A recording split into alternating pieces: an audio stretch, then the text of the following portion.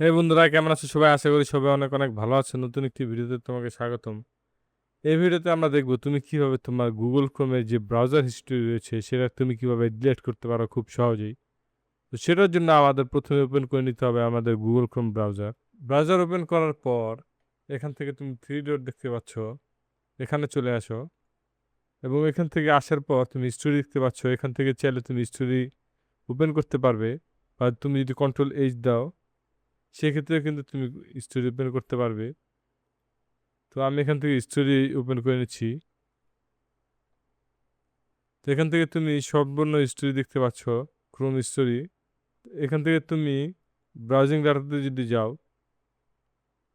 তাহলে দেখতে পারবে download story, catch images and file, সবগুলো কিন্তু তুমি দেখতে পারবে যে অল টাইম বা 15 দিন বা 1 ঘন্টার কিন্তু স্টোরি তুমি ডিলিট করতে পারবে।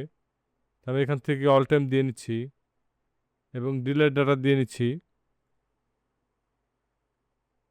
তো আমার স্টোরি কিন্তু ডিলিট হয়ে যাচ্ছে। তো বন্ধু, আমার স্টোরি কিন্তু ডিলিট হয়ে গেছে।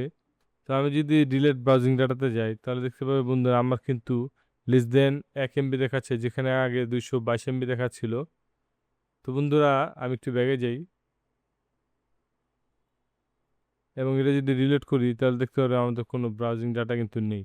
তো বন্ধুরা, তোমরা কিন্তু সহজেই এভাবে তোমাদের ক্রোমের যে হিস্ট্রি ডাটা রয়েছে সেটা কিন্তু খুব সহজেই ডিলিট করতে পারবে।